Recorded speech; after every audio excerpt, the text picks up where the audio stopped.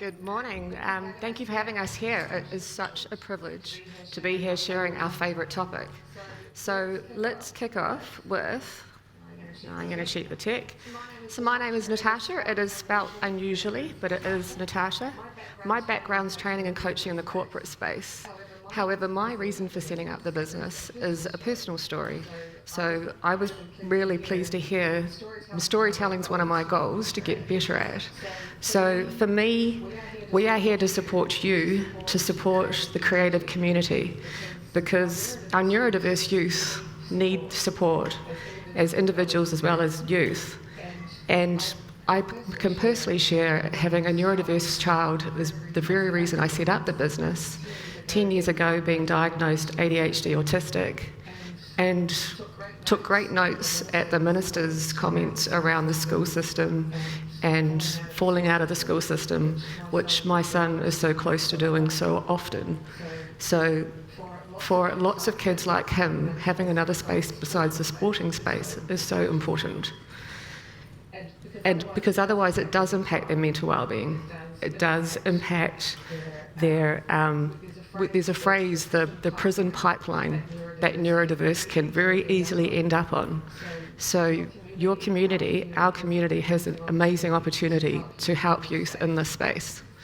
For me, I late diagnosis ADHD with dyslexic traits, so it is genetic, and my passion is around normalising neurodiversity.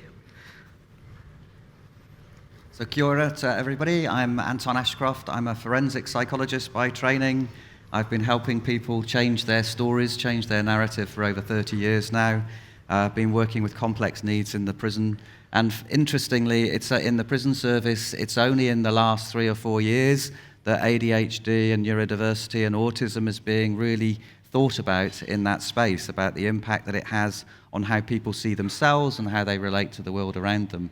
I'm ADD myself, didn't realise until I said to someone I supervise, you know what, is it normal that you lose your keys all the time and every time you go to a hotel you leave something behind and you have 7 jobs and you can't bear to be in a 9-to-5 job? And she said, well, I thought you knew you were ADHD. So no, she'd never told me. And my son, I didn't realise he was neurodiverse until he was 19, and I also have my partner's son, soon-to-be wife, is the poster boy for ADHD. And you can just see when linking into creativity how people respond to the same world in very different ways, and how they express themselves creatively is very different. My ADD, I play 7 instruments, probably 8. I can get a tune out of all of them, but as soon as I can get a tune out of all of them, that's me done. I go on to the next one. Thank you. Please do ask questions and we'll answer them if we can, and if not, we'll reply later. So, just really briefly sharing our reason for being is to create a neurodiverse world where the little n for neurodiverse and the big N can thrive. We'll share more of that in a moment, but this is a real snapshot. We do usually do this in about an hour, and often it's longer when we get lots of interaction. Our goal is, my reason for setting up the business is to create neurodiverse schools environment. We have worked with Rise Up Academy in Māori, and it's made a difference, but we are still struggling to get into schools. So if you can help us, every school my son has been to, I've offered to run free programs. They all tell me they know what they're doing, and he's on his 8th day of stand down this year, which is pretty typical. So some of you might get that. And we target organisations because they want to be innovative, more productive, and they need to get different heads at thinking at the table and create a psychologically safe environment. So we're really pushing this. Now, Anton's got a statement.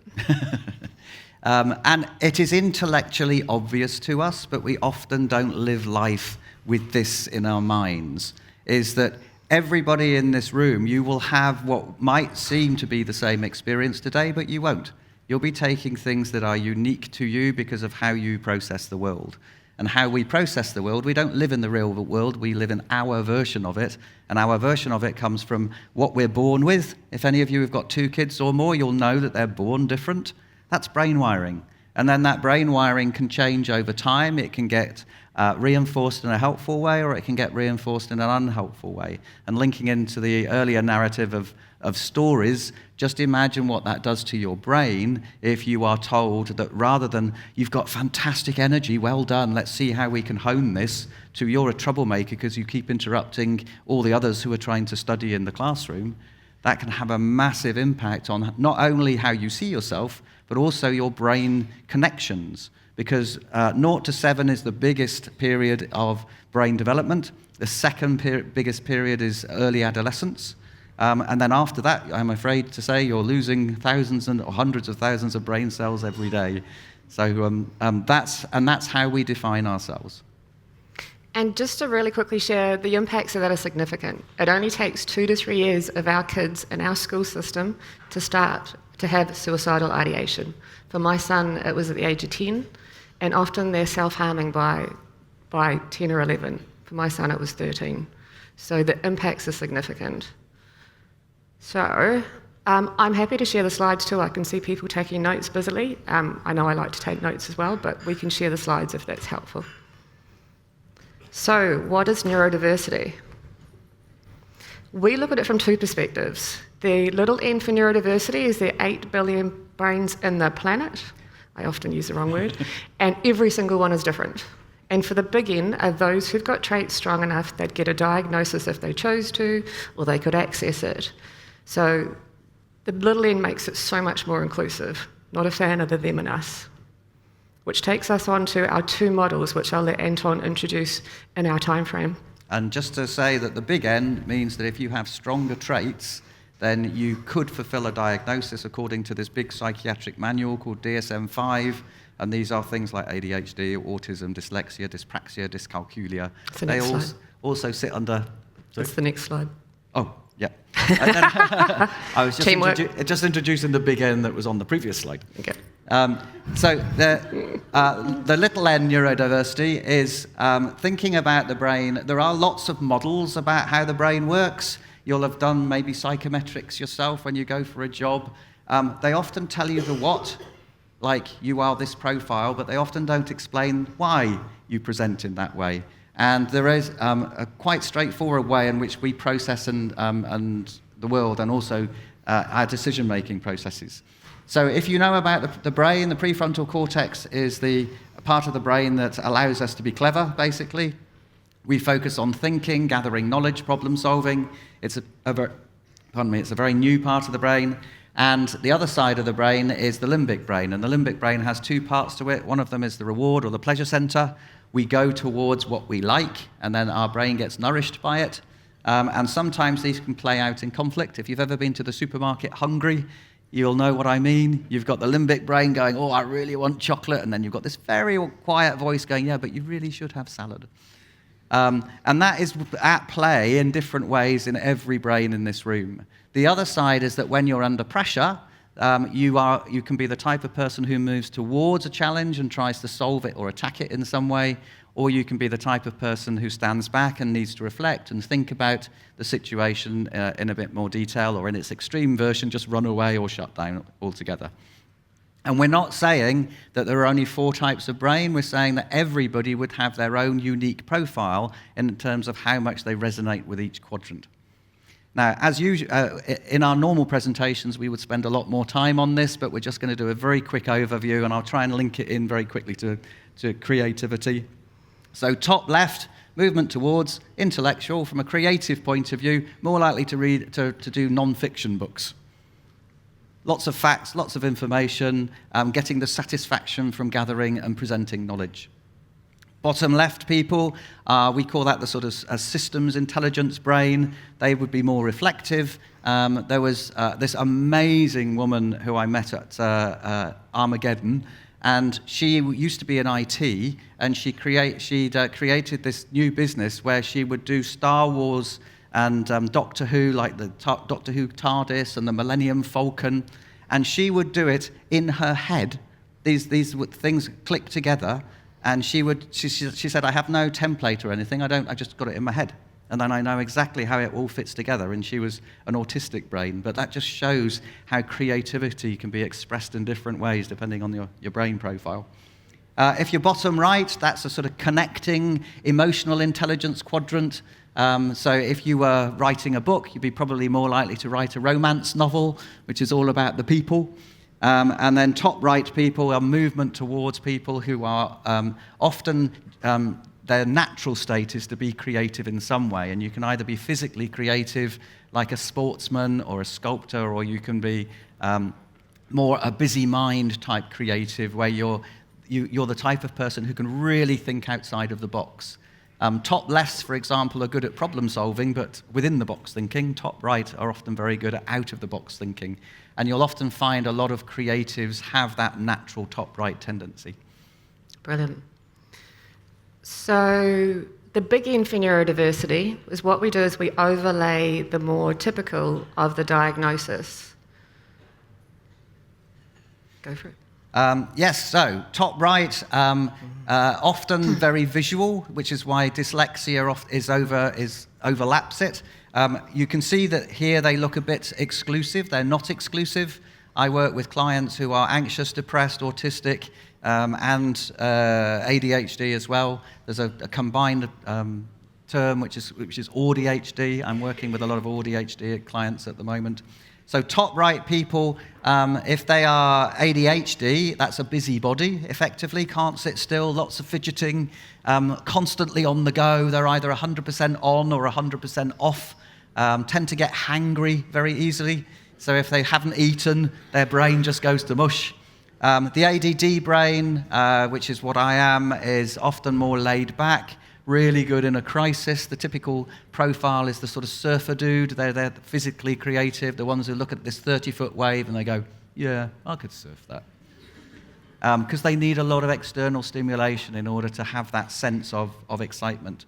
And dyslexia is something that can be a whole range of things. It's not just reading and writing challenges. The autistic brain often straddles those two, top left and bottom left. My son is much more towards bottom left. He likes structure and systems and processes. He's a dungeon master, so he loves creating these amazing worlds. He's got 17 worlds in his head, and each world has about 150 characters in it, and he knows the backstory of every single one. So just an amazing brain. OCD, in its functional sense, can be that attention to detail, make really good editors, people who can notice something that's out of place.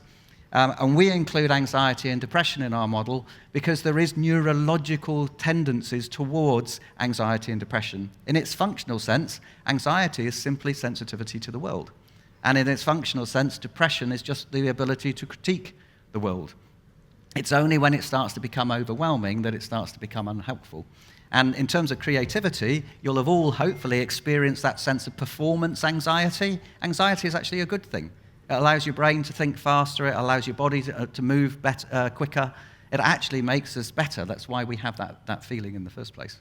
When you're in the right spot. When you're in the right spot, yeah. So two things with that as well. So this, when we talk about the labels, they're very much the deficit medical model.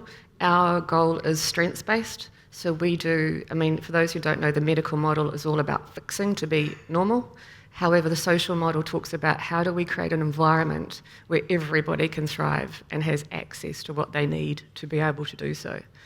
The other thing we do for those who might be top left and are going, isn't ADD no longer separate to ADHD?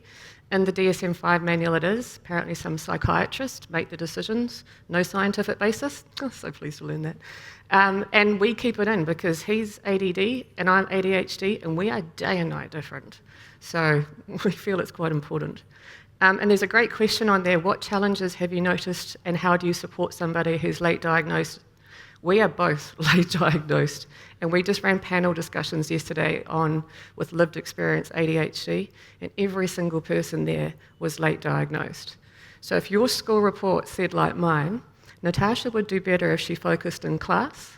If you've had enough food and you've had enough sleep, children generally do not go to school to not focus. It's either a case of they struggle to, ADHD, ADD, or they're struggling to learn, dyslexia, dyscalculia, etc. So that's a really good indicator. But from a support perspective, education. That's why there's so much stigma with these labels. That's why we are educating. We're working with the different environments, because when you get each other, because communication, behaviour is a form of communication. So to be curious and actually look at why is that person, what is their behaviour communicating? And actually look below that surface. That makes such a difference. But there's so much more, but absolutely we've got lots of workshops and things to support in that area. And when people come to me and I do what's called a soft diagnosis, I point them in the right direction, the experience is often one of relief. I thought I was odd, alien, different. I thought I was alone. To know that you're part of a crew who think similarly to you, and it explains the why behind the behaviour, it can be immensely relieving for people. Becomes a therapy session. We're running our ADHD online 6-week program at the moment, and it really quickly becomes a therapy session because everyone's like, really? I just thought I did that. I didn't realise it was my brain. I had no idea. And we share and collaborate tips and tricks. It's amazing. And a quick question about where would people's Down syndrome and schizophrenia come on the diagram? You can still have any brain profile with schizophrenia or with Down syndrome. So they could come anywhere. It depends on their brain wiring, not on that particular label. So there's 2 parts. When we do our intro, we do share the good old iceberg. Most people have seen that. So we have behaviour sits on top, and what sits underneath it is our thinking, which are the quadrants, and our feelings. And the feelings are impacted by many things, right? How you think, when you think of COVID or you think of what's going on in Wellington at the moment, the stress for individuals on a daily basis is, that can have a really big impact on behaviour. So we use a traffic light system, which is great to use at home or at work. My kids use it as well. Where we talk about green brain is when we're in flow state, when the day's going well and everyone around us is amazing and we're getting stuff done and it just feels so fantastic. However, life wobbles, right? So the Wi-Fi might not be working or the kids might have run out of milk. So you can be a little bit orange brain, and when I'm a bit frustrated, being top right, I find I go for a run and it burns off the energy, or a problem shared is a problem halved. However, if you go into high orange brain where you are, I'm okay if nothing else goes wrong. Anyone been there? Yep, that's when your profile can change. And it's a really important one to know from a mental wellbeing perspective, because a lot of what is out there is to keep on doing what you've always done when you're a little bit wobbly. And you keep on doing that and it doesn't work and you feel even worse and it's a downhill spiral. So when I sit in orange brain, my top right profile of energy and ideas goes into bottom right, and I'm overwhelmed, and my team will go, Tash, go for a run, and I'm like, no, I didn't sleep well last night. I'll probably trip up and hurt myself because I'm a bit clumsy, and I'll just sit on the couch and Netflix and ignore the world for a few hours and refill my bucket. So it's really important to know that, and not to coach or to mentor in that high orange brain. That's about just supporting the person to get back down into their green brain space. And that's why it's important, the education, so we know what triggers us, we know what makes us feel better, because the sooner we become aware of our triggers and we have a toolbox, we can then look how we move back down to that. With what, in this space, art, expression, there's so many kids that don't get to do that every day at school, and this is where you add so much value. And when we're in red brain, I refer to that as when the prefrontal cortex has left the building and there's nothing good to come out of my mouth. And then it's just about looking after yourself or supporting the person in front of you to be able to look after themselves. And in orange brain, if you're in orange brain, your profile can shift. So if you think about how am I when I'm thriving and how am I when I'm surviving, you might see yourself quite differently on those quadrants. There was something about why is depression less likely to occur in the left quadrant? It's not. You can have and or all combination of. So if you're strongly bottom left, you can still have bottom right too. It's what's your profile, and they're not mutually exclusive. Plus, there can be brain wiring born with, as well as situational. And sadly, as I shared, a lot of our neurodiverse kids with a big N do end up with anxiety and depression due to bullying and ideation. So it's often something that individuals are needing to work through and on. So there's work to do in that space. And if you want learning and growth, I have a phrase which is strike while the iron is cold. In other words, when people are in that orange and red brain state, they're not going to hear, they're not going to grow, they're not going to learn anything. So it's how do we, first of all, get them back into that green brain state? Let's just see what we've got next. We've got some great questions. No, we've got time for questions. So we'll keep that one up. Don't know how to go backwards. So GP referral? Yeah. Diagnosis is a tricky one, right? Don't even get us on that. There's so many elements to the fact that these psychiatrists are ruling the world. And should not necessarily be. But we do know of a few people where we've heard of people fast tracking, so do reach out to us and we can help you in that direction. Sadly, when it comes more to private diagnosis, but also Southern Cross, and I think NIB does support psychiatric diagnosis, but it does pay to check, because some people you can go to are doing a whole lot more and charging you unnecessarily. It's a little bit bad. And ADHD New Zealand at the moment are lobbying the government to try and allow GPs to prescribe ADHD medication and also be able to do that assessment process. So things hopefully will be changing. And how can we support neurodiversity in creative spaces? Again, it's education, but it's also things like thinking about what works for you. You know, I'm picking, there's a few fiddlers in the room who are, by later in the day might be wanting to pace around out the back there and burn some energy, because we learn often, I'm a mover, I'm a talker, it's very seldom my foot's not tapping or something like that. And for those top rights, that energy out is how we can express, and it's also how we learn through the movement. Top lefts, it's around having access to data, it's around that information. When we put this model together, it made so much sense for me. When I used to hate going on long road trips with my son because he asked so many questions it was exhausting.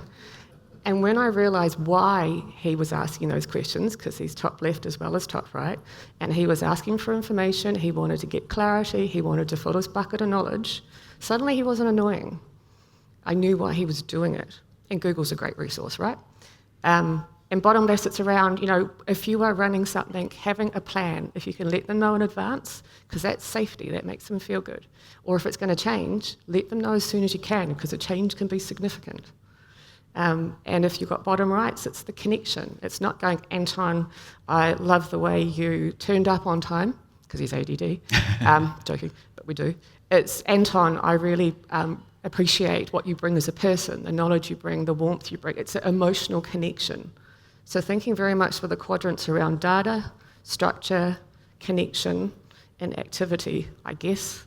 And then you include that, you keep everybody happy as a starting point.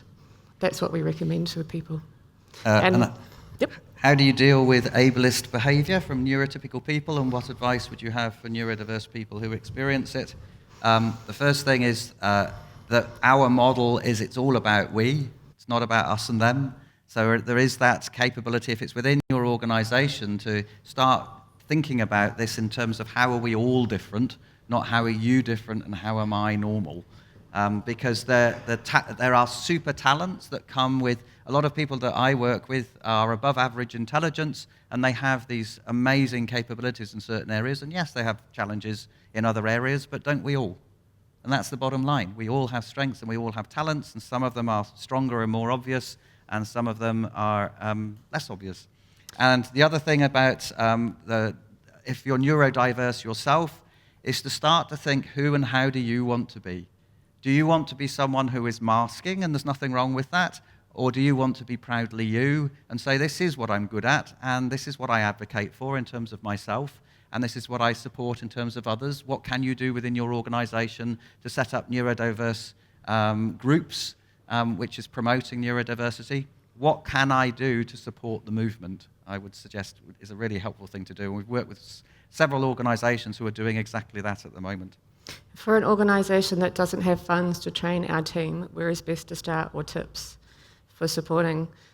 Speak to us. I mean, my reason for setting up the business is community and schools, and we are dead keen to do pilots with community groups because, we worked with Youthline, we set up a therapy program because I want my kids to go somewhere else besides listening to mum all the time. They get sick of listening to me, although they're starting to repeat it back to me, which is frustrating but good at times.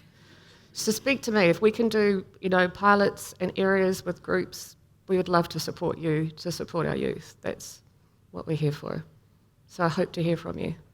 You got 32 seconds. Yeah, a question is about, is there a reason why you choose not to use the term neurodivergent? Yes, it's an active choice. The language around neurodiversity is changing all the time, and we just want to keep it simple. Technically, or historically, neurodivergent relates to an individual, neurodiverse relates to a group of people. But we just want to say, well, everyone's neurodiverse, and whether you're talking about an individual or whether you're talking about a group, it just makes it simpler. Plus, for me, I personally don't like the word, and I've got dyslexia and ADHD, probably anxiety in there as well, so I consider my brain to be neurodiverse. But it's so individual choice. And medication, interesting one. Personally, I'm ADHD. Medication changed my life. I went from a world like this with bright, shiny things where I'd get distracted. Even going to the washing machine could be a long journey sometimes. When I take my Concerta, my world goes like that, and I can focus within about 45 minutes. And what I like to say is, if you're not, what I take is speed. If you're not ADHD, you will get insight into my world within about 40 minutes if you're not. So it can, but you've got to get it right. It is not for everybody at all. So I'm really clear on that. And I'm ADHD, and I'm actually super sensitive to stimulants. So if I just but you're ADD. ADD. And I'm super sensitive to stimulants. So even if I have a cup of coffee, that will stay in my system for hours. I won't be able to sleep. It will give me heart palpitations and sweats. So you imagine what I'd be like if I took a stimulant drug for my ADD. Guess what? We're running late. There's a couple more. So I'm assuming we haven't been told off. Are we allowed to answer a couple more, or should we get off? We'll just keep going. One more? Okay.